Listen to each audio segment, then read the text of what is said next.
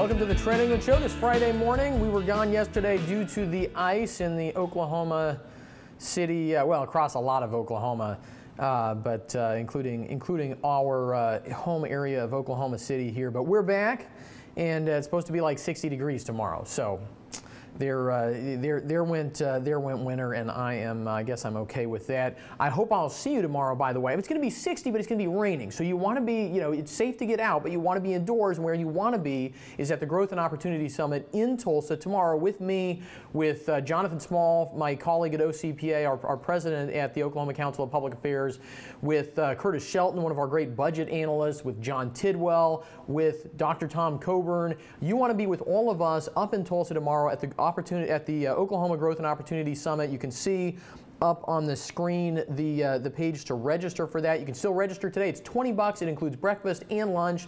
If you just show up, it's $25. It's still a great deal. Breakfast and lunch and Dr. Coburn and lots of other great speakers and breakout panels on the state budget and activism and how to be an effective citizen and take back control of our government.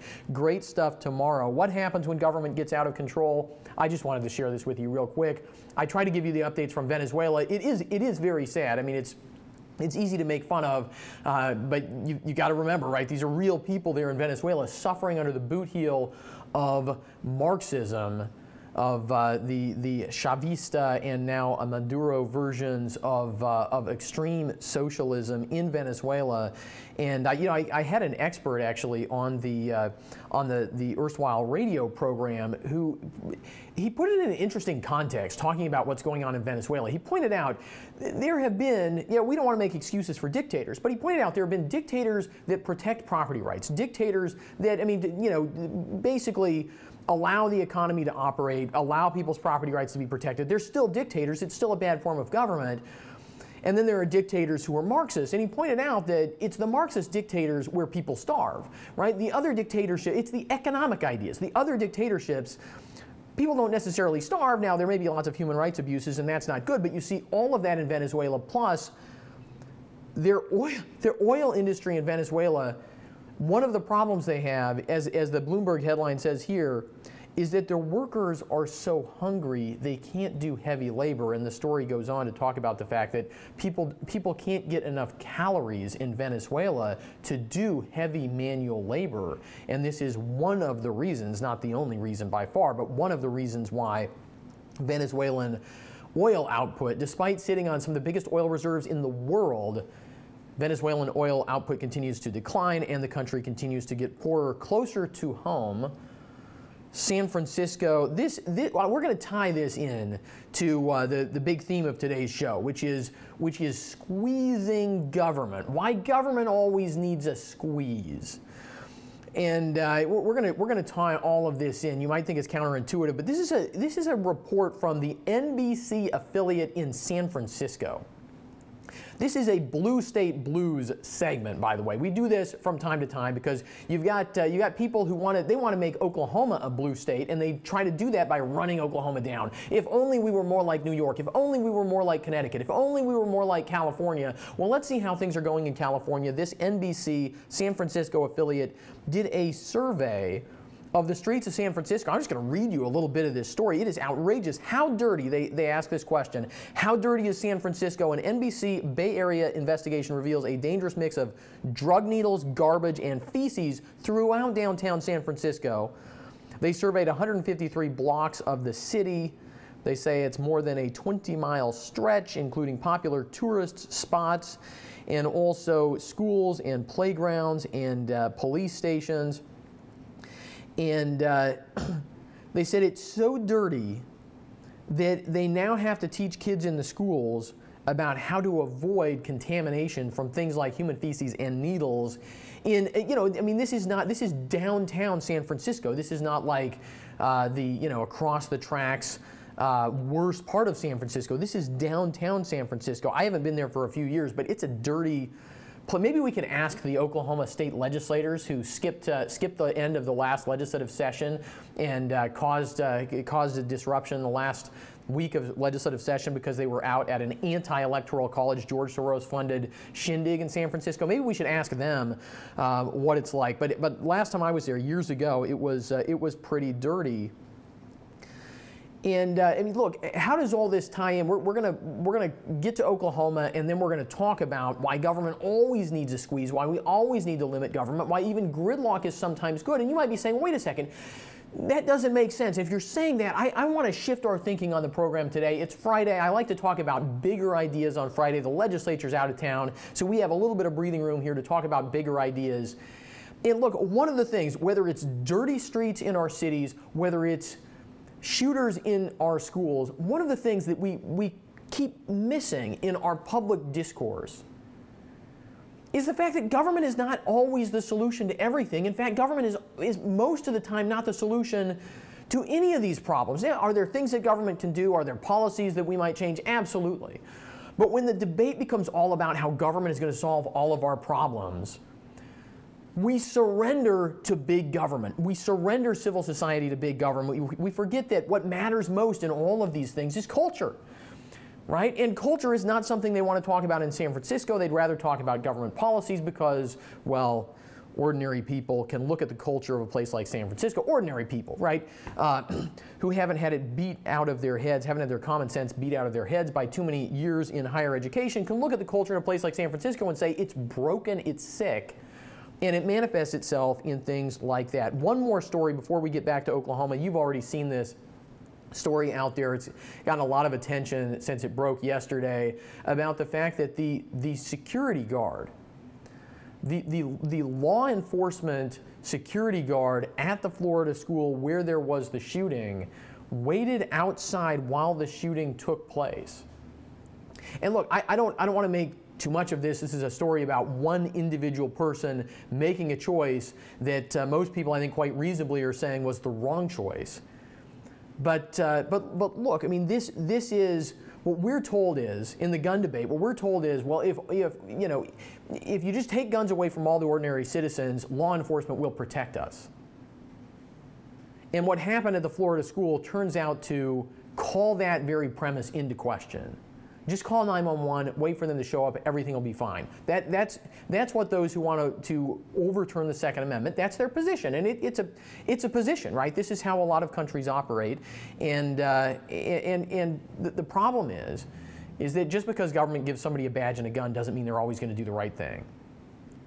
And frankly, I will say this, I haven't seen this in any of the coverage, so I'm going to say it because this is an area of public policy that's not talked about enough because it's awkward and uncomfortable. But it comes into the topic of police tactics and heavy-handed policing and this debate that's been going on for years and really for decades and really for centuries about policing and how we should do policing. And when government gives somebody a badge and a gun, what should we expect them to do? What should we not expect them to do? And look, one of the problems that we have in law enforcement today, I believe, is a culture, and you see this in the militarization of police, a culture that says that and I'm probably going to get some hate mail for this, but I'm going to say it, that says that police safety is the most important thing in policing, that nothing matters more than the safety of our police. And very few things matter more than the safety of our police. I think that's a fine thing to say, right? I mean, we want our police officers to be as safe as they possibly can, except that the very nature of the job that they do requires putting themselves in danger, and if they aren't willing to put themselves in danger, they can't do the job, as was evidenced at the school in Florida, and as evidenced every time police have an interaction with somebody on the street where the person is unarmed and the police tactics are heavy-handed, disproportionate, and excused by the fact that, well, the person might have had a knife or might have had a gun, and it's safer for officers to take an unarmed person and throw them down on the ground and jump on them and beat them into submission. That may be better for officer safety. I don't think it's better policing. Right? Just like what happened in the Florida school. The officer kept himself safe. Most of us look at that and say, well, wait a second, that wasn't what the officer was supposed to do. I think these things come together, and I think it's an area where sometimes conservatives get pulled in the wrong direction on issues like police tactics and the militarization of police, because we want our police officers to be safe, but we forget that there is a certain amount of risk inherent in policing, inherent in that job, and that that does involve sometimes approaching suspects in a way that is designed to prevent a violent conflict, even though that might marginally increase the danger to the officer. And I wanted to throw that out there because, as I say, I haven't seen any of that commentary about what happened in Florida, and I think it is appropriate. Okay, back to Oklahoma. There's a great op-ed in the Oklahoman this morning by 3 trustees of the Oklahoma Council of Public Affairs. Of course, that's where I work. That's where we broadcast from every morning right around 9 a.m. unless there's an ice storm. But Andrew Oster, Mike O'Neill, and former Governor Frank Keating have an op-ed in the Oklahoman talking about education funding and accountability. And actually, I mean, we talked about this on the program before because the Oklahoma Education Association, which is a teachers union here in Oklahoma, the biggest teachers union in Oklahoma, most teachers don't belong to the Oklahoma Education Association, by the way. Very few teachers belong to the Oklahoma Education Association, but it's still the biggest teachers union in Oklahoma, which makes it a political force, and they did their own poll. Earlier this year, they did their own poll about the end of last year, they did their own poll about education funding, and they spun it as, look, Oklahomans want more money in education. But what the poll really showed was that Oklahomans want teachers to be paid better, and Oklahomans want more accountability in education in general and in education funding specifically. Their own poll showed that. It never made it into any press release. We talked about it here because we actually look into the details of these things. And that's what Oklahomans want. They want teachers to be paid better, but they want more accountability in education funding and more accountability in education in general. And that brings me to the big idea for today. As we wrap up the week on our Friday show, I'm always going to try to have a big idea here. And it's this. Government always needs external pressure, or else it will waste money. And it will waste money anyway because we all waste money. None of us are perfectly prescient. None of us can perfectly go throughout our personal lives, our family lives, our business lives, and never waste, never make bad financial decisions. That's impossible, right? It's always going to happen, right? Even at Berkshire Hathaway or wherever, right? Nobody makes perfect financial decisions all the time. But the problem in government is that there's no bottom line. There's no external pressure. If you're in business and you make too many bad choices, you'll run out of money and you'll be shut down. You'll be overcome by your competition. The problem in government is that doesn't work because government is a monopoly. It's a monopoly on something that almost all of us agree that we need, that we have to have, right? And that's services like courts and policing and infrastructure like roads and certain regulations and certain, and as we go further and further out, we get more disagreements over where those boundaries should be, but almost everybody agrees on a core set of government services that we really feel like we have to have, right? And government claims a monopoly on those things. Some of those things, sort of obviously, we probably need a monopoly to do them well, to do them right. And so the problem is, once you set that up, once you put that in motion, once you give that entity called government power, once we the people create it, right, it has no inherent bottom line because it creates no wealth of its own and it's not in competition with anybody else. We talked about this on the show last week with regards to Walmart, right? Walmart's a huge company, lots of market power. And yet, when they wanted to give some of their workers a raise, they also had to cut in other places. They cut some middle management so they could raise entry-level worker wages.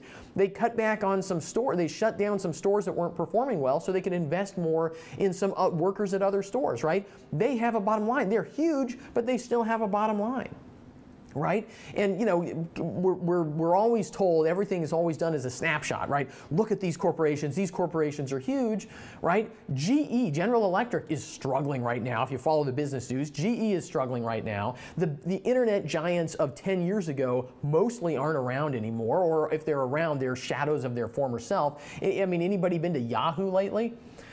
Right? I mean, the marketplace changes its dynamic. It changes all the time. There's constant competition. And frankly, here in the United States, if one business gets a real monopoly, they get broken up by government, right?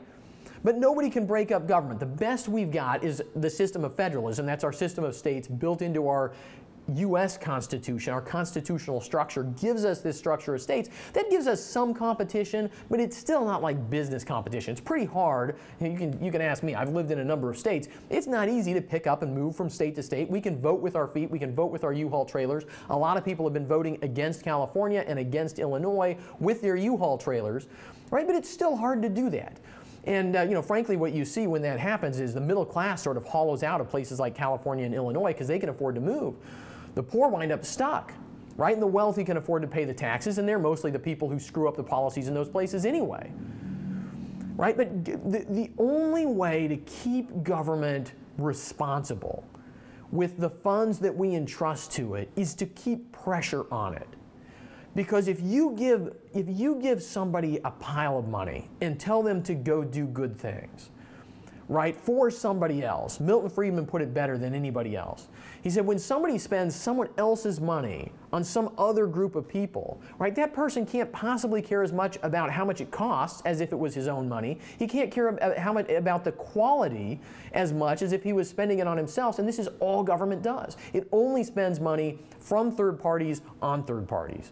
Right? This is all government does. This is why the legislature is so important. This is why the Oklahoma House, this is why the U.S. House has the power of the purse. This is why we only allow our elected representatives, and most of the time, the representatives elected closest to us, right, in the larger body, which means smaller districts, which means fewer constituents, which in theory means better representation, they've got the power of the purse. They're the only ones who can initiate legislation to raise our taxes, right, because we have to keep that pressure on from the outside on government.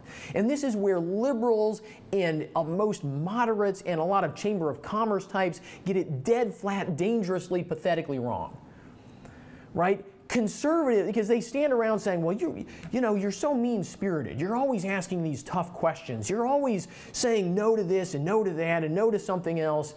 And they get it completely wrong. The only right way to approach government is the conservative way. The only right way to approach government budgeting is the conservative way. Frankly, even for people who want government to be bigger.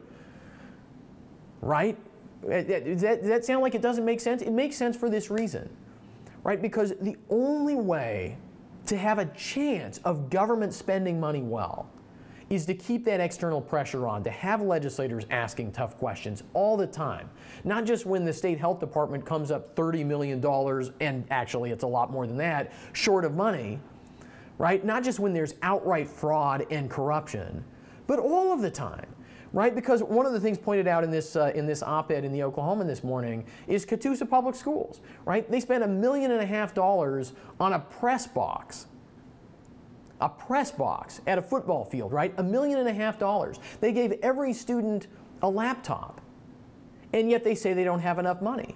Right? I mean, this is what happens. They mean well. They mean well. I'm not suggesting there's corruption in any of this. Illegal corruption. We might call it moral corruption, but we don't even have to go there. It's inefficient. It's pathetically inefficient. It's obviously inefficient. It beggars common sense, except, right, this is what happens. They say, look, we have this money. We have to spend it for this. We have to spend it for that. Right? And unless the legislature asks hard questions, and unless the legislature forces policies down on school districts to make sure that they're spending their money well, and unless we the people force the legislature to spend our money well, unless we are relentless with the questions, the pressure, the squeeze that we put on government, we can be guaranteed of only one thing, and that is that they will waste our money and they will come and want more. And we see all of that happening right now in Oklahoma. It's the end of the third week of legislative session. Next week is the fourth week of session. We're going to be here every day, unless there's an ice storm. I don't think there will be. We're going to be here every day on the Trent England Show, right around 9 a.m., on Facebook, on YouTube, talking about what's going on in the state capitol. I think we're going to have some legislators into the studio here. You like our new studio? I think we're going to have some legislators in to talk about some of the things that they're working on. If there are things you want to hear about, questions you want asked, let me know. Put them in the comments of the show wherever you're watching. You can also subscribe on iTunes if you like to listen. You can download the podcast from ocpathink.org if that's easier for you. We're all over the place. I'm Trent England. Thanks for watching and have a great weekend.